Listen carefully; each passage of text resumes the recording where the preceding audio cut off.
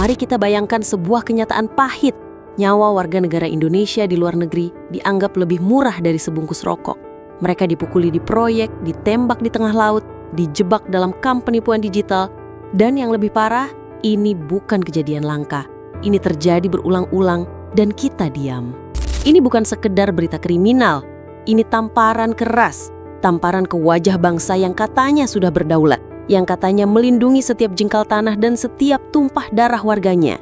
Kalau hari ini warga kita masih diperlakukan seperti hewan di negeri orang, pertanyaannya bukan lagi cuma soal siapa yang menindas, tapi kenapa kita membiarkan. Apa yang salah dengan negara tujuan? Itu satu hal. Tapi yang lebih menyakitkan adalah apa yang salah dengan kita sendiri. Kenapa kita diam? Kenapa kita anggap biasa? Dan kenapa seolah-olah semua ini bukan urusan kita? Kalau kalian merasa ini tak bisa dibiarkan, maka suarakan. Karena perubahan tak datang dari mereka yang pasrah, tapi dari mereka yang berani berkata, cukup sudah. Kita punya lebih dari 48 juta WNI yang bekerja di luar negeri.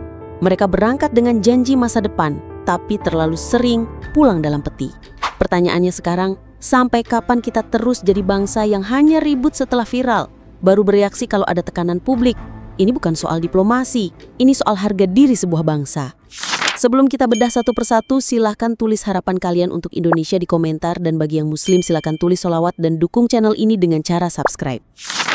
Mari kita bicara apa adanya.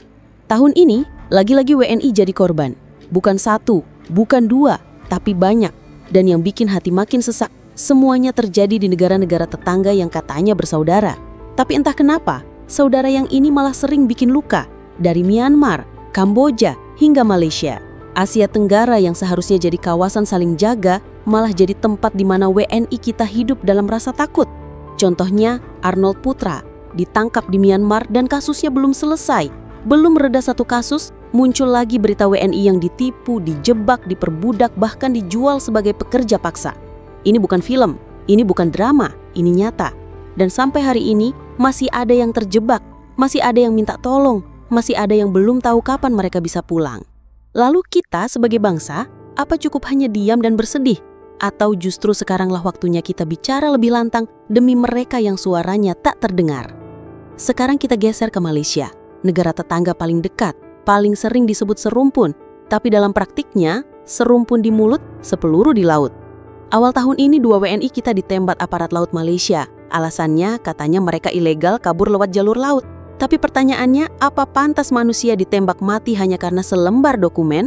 Tanpa proses hukum, tanpa ampun, tanpa peringatan? Hukum internasional bicara soal HAM, bukan soal siapa yang punya pelabuhan lebih besar atau kapal lebih banyak.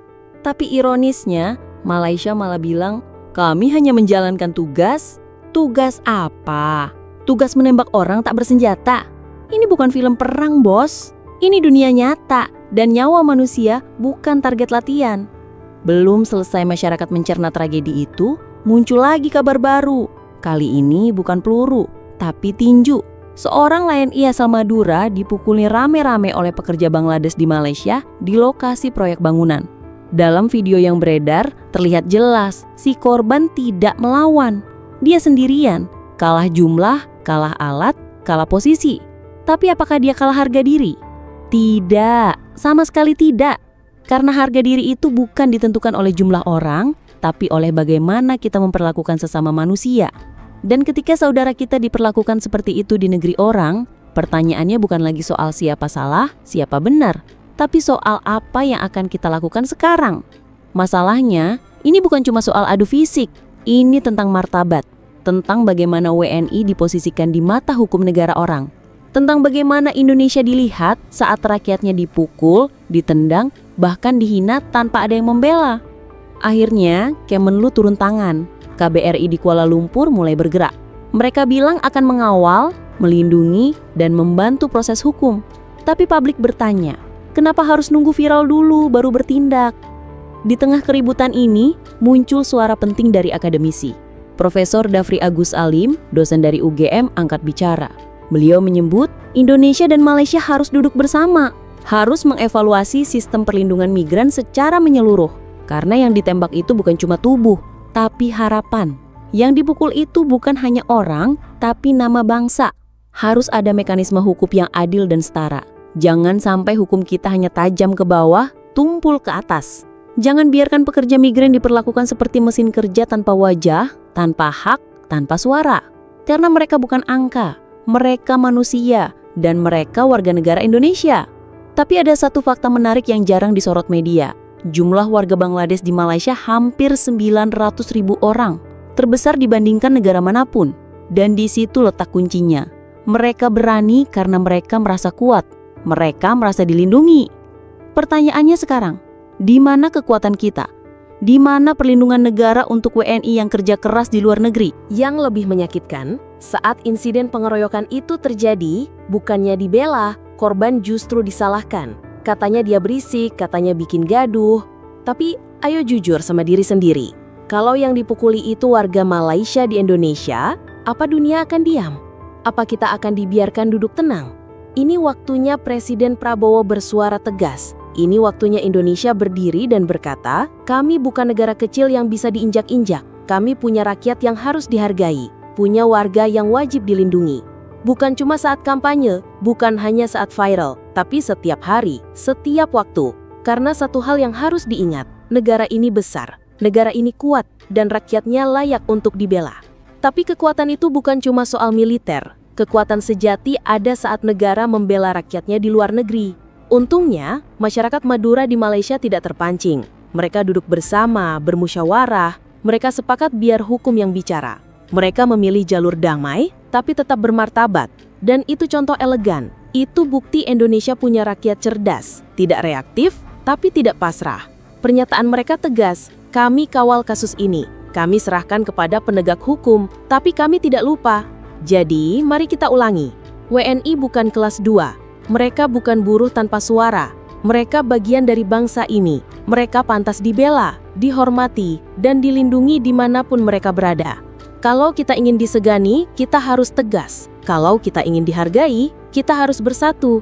Dan kalau kita ingin dunia tahu Indonesia tidak bisa diremehkan, maka mulai dari sekarang, jangan diam kalau rakyat sendiri disakiti. Ayo kita jujur, kalau bukan karena video pengeroyokan itu viral, apakah kasus ini akan sampai ke meja pejabat tinggi? Atau malah lenyap begitu saja, terkubur di antara laporan diplomatik yang bahas kerjasama ekonomi? Coba bayangkan ini, WNI dikeroyok di negeri orang, disaksikan publik, direkam, videonya viral kemana-mana, tapi masih ada yang bilang itu cuma kesalahpahaman. Kesalahpahaman yang bikin orang babak belur, yang sampai berdarah-darah dan trauma.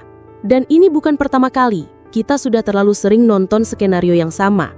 WNI jadi korban, viral, pemerintah bereaksi, lalu senyap. Kasus tenggelam, dilupakan. Siklus ini terus berulang lagi dan lagi. Pertanyaannya sekarang, sampai kapan kita baru bisa marah kalau sudah diviralkan? Sampai kapan negara harus nunggu netizen lebih dulu yang bertindak? Yang bikin hati makin nyesek, seringkali justru negara lain jauh lebih sigap. Coba, satu turis Jepang, Korea, atau Australia kecelakaan di Indonesia, beritanya meledak dalam hitungan jam. Media rame, pemerintahnya langsung kontak pejabat kita. Kadang bahkan ada permintaan maaf terbuka, disiarkan langsung di TV nasional mereka. Sekarang bandingkan, 2 WNI ditembak mati di Selangor, seorang lagi dikeroyok rame-rame. Tapi pemberitanya justru dibelokkan, korban dianggap bersalah. Narasinya dibalik, yang tertindas malah dijadikan terdakwa. Dan kita masih sibuk membela hubungan bilateral. Tapi maaf, apa gunanya hubungan bilateral kalau yang satu terus diinjak? Apa arti kerjasama kalau rakyat sendiri nggak dihargai? Ini waktunya buka mata, buka suara, dan mulai bicara lantang. Karena diam bukan lagi pilihan. Sudah saatnya kita ganti cara pandang. Perlindungan WNI itu bukan sekedar kerja rutin Kemenlu. Itu cermin harga diri bangsa. Kalau pemerintah lemah membela rakyatnya di luar negeri, jangan heran kalau bangsa lain makin berani melanggar. Dan jangan salah, mereka berani karena mereka lihat kita diam. Indonesia ini bukan bangsa lemah. Kita punya sejarah panjang melawan penjajahan. Kita pernah mengusir kekuatan kolonial hanya dengan bambu runcing dan tekad. Lalu, hari ini masa kita tunduk saat rakyat kita dipukul di proyek bangunan? Kalau negara tak bisa melindungi pekerjanya, lalu siapa yang bisa? Banyak yang bilang, ya namanya juga kerja di luar negeri, resikonya besar. Tapi justru karena besar, maka tanggung jawab negara harus lebih besar. Jangan sampai rakyat Indonesia merasa lebih aman di negara orang daripada di bawah lindungan pemerintah sendiri. Dan ingat, Pekerja migran itu bukan sampah. Mereka pahlawan devisa. Mereka kirim uang tiap bulan, mereka bangun ekonomi dari bawah. Tapi ironinya, mereka seringkali diperlakukan seperti barang, tak punya suara, tak punya nilai. Padahal kalau mereka mogok sehari saja, ekonomi banyak negara bisa lumpuh. Sekali lagi, ini bukan cuma soal warga Madura, bukan soal Myanmar, bukan soal Malaysia. Ini soal Indonesia, ini soal kita semua, soal rakyat, soal keadilan, soal nyawa yang seharusnya tak bisa ditawar. Karena kalau hari ini kita diam, besok bisa anak kita yang jadi korban, bisa saudara kita yang ditembak tanpa alasan. Jadi, jangan tunggu sampai giliran kita. Sekarang waktunya Presiden Prabowo bicara tegas di forum dunia. Kemenlu, jangan cuma mengawal, tapi menekan. Dan DPR, tolong jangan cuma sibuk bahas revisi undang-undang, tapi mulai bahas soal nyawa rakyat yang dirampas tanpa keadilan. Kita ini bangsa besar, tapi kalau terus diam, terus tunduk, terus takut melawan ketidakadilan, maka sebesar apapun negara ini tetap akan dianggap kecil.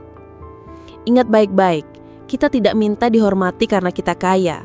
Kita hanya minta dihormati karena kita punya martabat. Dan martabat itu dimulai dari keberanian membela rakyat sendiri. Bangkitlah Indonesia, jangan diam saat rakyatmu disakiti. Karena dunia sedang memperhatikan dan sejarah sedang mencatat. Lucunya, setiap kali rakyat kita jadi korban, jawaban pertama yang keluar dari para pejabat seringkali, kami sudah koordinasi dengan pihak terkait. Koordinasi saat rakyat kita dihajar di proyek, ditembak di perairan, ditipu di Myanmar. Jawabannya koordinasi. Sementara nyawa sudah melayang, luka sudah dalam. Koordinasi atau cuma basa-basi agar terlihat sibuk di depan kamera. Dan lebih ironis lagi, pemerintah kita masih juga menganggap Malaysia sebagai mitra strategis. Mitra yang seperti apa kalau warga kita dijadikan samsak hidup di tempat kerja? Mitra itu saling jaga, bukan saling pura-pura tidak tahu.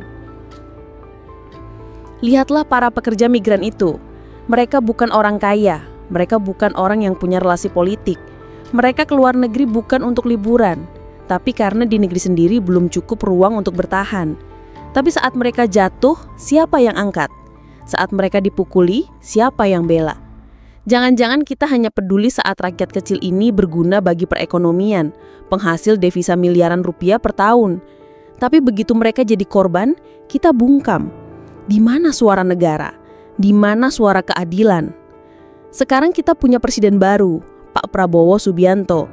Anda datang membawa janji besar. Janji untuk membela rakyat, menjaga martabat, dan memastikan Indonesia tak lagi dipandang sebelah mata. Nah, inilah waktunya. Bukan untuk pidato, tapi pembuktian. Jangan cuma muncul di forum internasional untuk bicara soal investasi dan ekonomi, tapi menghilang saat rakyat Indonesia diinjak di negeri orang. Jangan cuma tegas saat berurusan dengan rakyat sendiri, tapi mendadak lunak ketika harus bersikap terhadap negara lain.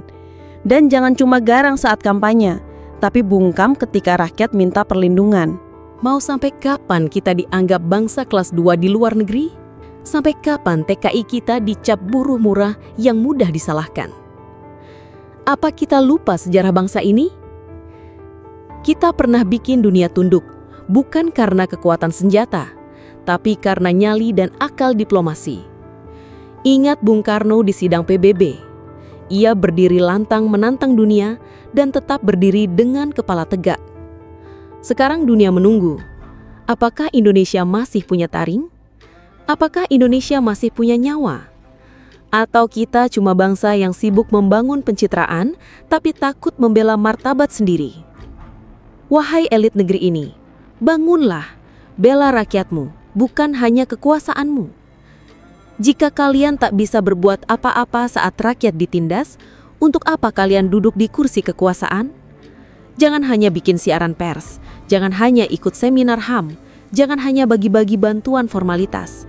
Tunjukkan kekuatan Indonesia di meja diplomasi. Tunjukkan bahwa satu nyawa WNI lebih mahal dari 1000 nota diplomatik. Karena pada akhirnya, kita hanya akan dihormati kalau kita bisa menghormati diri sendiri. Rakyat Indonesia di luar negeri bukan hanya statistik, bukan hanya data warga binaan. Mereka adalah wajah Indonesia di mata dunia. Kalau wajah itu dilukai dan kita diam, maka kita sendiri yang mencoreng merah putih. Jadi, jangan tanya kenapa kita marah. Tanya kenapa negara ini belum cukup cepat membela rakyatnya. Tanya kenapa kita harus viral dulu baru didengar. Dan yang paling penting, tanya pada diri sendiri. Apa yang bisa kita lakukan agar bangsa ini tidak terus-menerus dianggap diam? Mari kita sadar, harga diri bangsa bukan dibangun dari gedung tinggi, bukan dari parade militer, bukan dari pidato-pidato megah di forum internasional. Harga diri sebuah bangsa bukan diukur dari berapa banyak rudal yang dimiliki, tapi dari seberapa cepat negara itu berdiri paling depan saat satu saja rakyat kecilnya disakiti. Negara yang benar-benar kuat bukan negara yang ditakuti lawan, tapi yang dicintai rakyatnya, karena selalu hadir saat dibutuhkan. Dan pemimpin yang besar bukan yang paling lantang di podium, tapi yang paling cepat bertindak saat rakyatnya jatuh. Untuk seluruh aparat, diplomat, dan pejabat yang sedang mendengar ini, ingat, jabatan kalian bukan panggung pertunjukan, itu amanah. Dan rakyat yang kalian wakili bukan angka di spreadsheet. Mereka jiwa manusia yang punya harapan. Jangan tunggu korban berikutnya baru bicara, jangan tunggu viral baru bergerak. Dan untuk kita semua, rakyat Indonesia dimanapun berada, jangan pernah merasa kecil, jangan pernah merasa sendiri. Karena selama suara kita masih lantang, selama hati kita masih hidup, Indonesia akan tetap berdiri tegak. Bukan karena kekuasaan, tapi karena keberanian untuk saling membela. Bela rakyatmu, maka dunia akan hormat.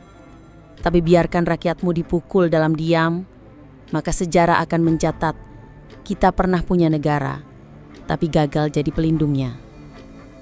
Karena pada akhirnya, yang paling menentukan bukan seberapa sering kita dipukul, tapi seberapa berani kita bangkit, menatap dunia, dan berkata tegas, cukup. Rakyat Indonesia bukan untuk diinjak lagi. Sahabat sebangsa dan setanah air, di ujung semua peristiwa yang memilukan ini, kita dihadapkan pada satu kenyataan yang tak bisa lagi kita tolak. Menjadi rakyat Indonesia di luar negeri hari ini bukan hanya tentang kerja keras, bukan hanya tentang kiriman uang tiap bulan untuk keluarga di kampung halaman, tapi juga tentang mempertaruhkan martabat, menghadapi risiko, dan berharap bahwa saat semuanya runtuh, ada negara yang akan datang membela. Tapi sayangnya harapan itu terlalu sering kandas. Kita menyaksikan saudara-saudara kita dihina, dipukul, bahkan dibunuh, sementara negara masih sibuk berkoordinasi dan membuat pernyataan normatif. Kita menonton nyawa manusia dipertukarkan dengan diplomasi dingin dan basa-basi diplomatik. Dan yang lebih menyakitkan lagi, kita, rakyat yang tinggal di tanah air, mulai terbiasa dengan semua itu. Kita mulai menganggap kekerasan terhadap TKI sebagai risiko pekerjaan, seolah-olah penderitaan itu sah dan tak bisa dilawan. Inilah waktu untuk kita berhenti. Berhenti menormalisasi penderitaan rakyat kita sendiri. Berhenti menyalahkan korban. Dan yang paling penting, berhenti diam. Karena ketika kita diam, kita ikut menyetujui. Ketika kita bungkam, kita sedang menyerahkan martabat bangsa ini kepada tangan asing.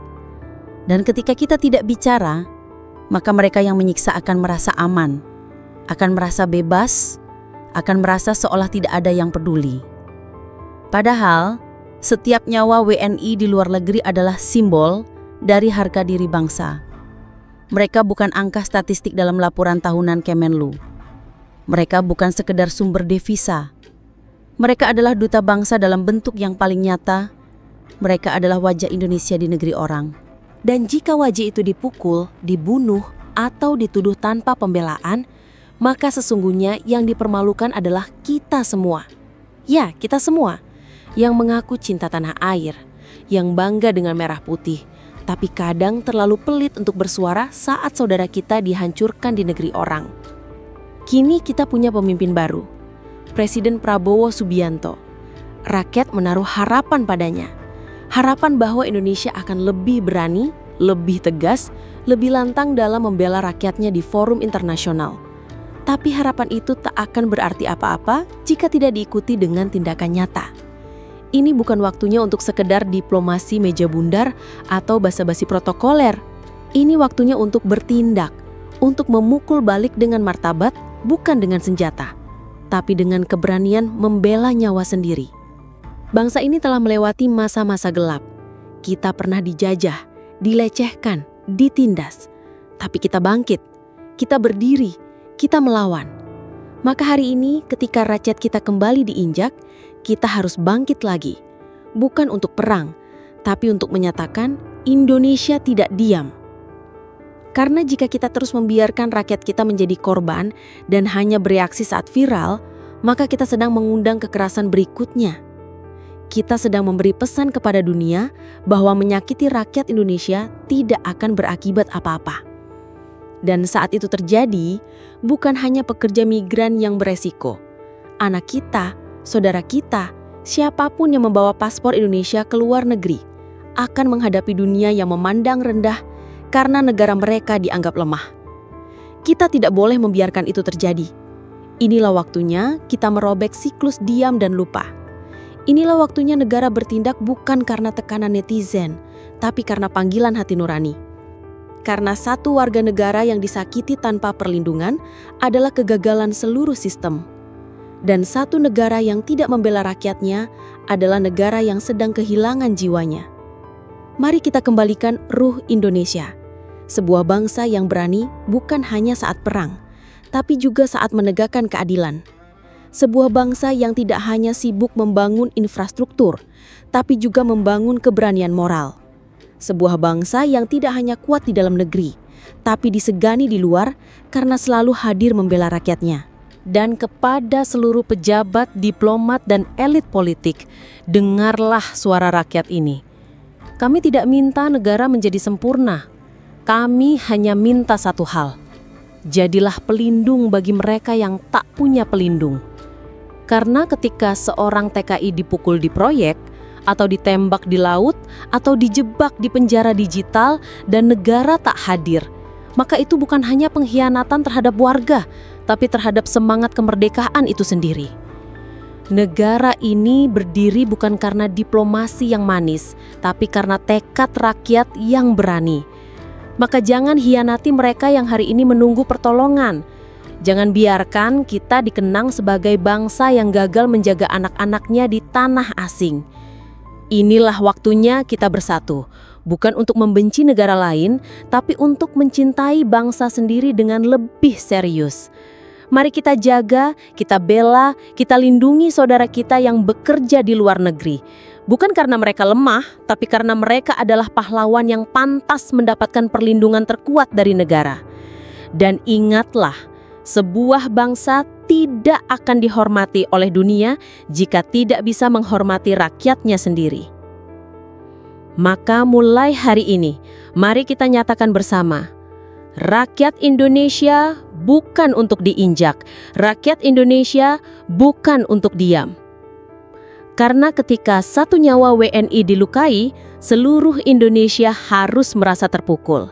Dan ketika satu dari kita berdiri, maka seluruh dunia akan tahu. Indonesia belum mati. Indonesia masih punya nyali. Dan selama itu masih menyala, tak satu pun rakyat Indonesia boleh dibiarkan disakiti tanpa perlawanan. Hidup rakyat Indonesia. Hidup martabat bangsa.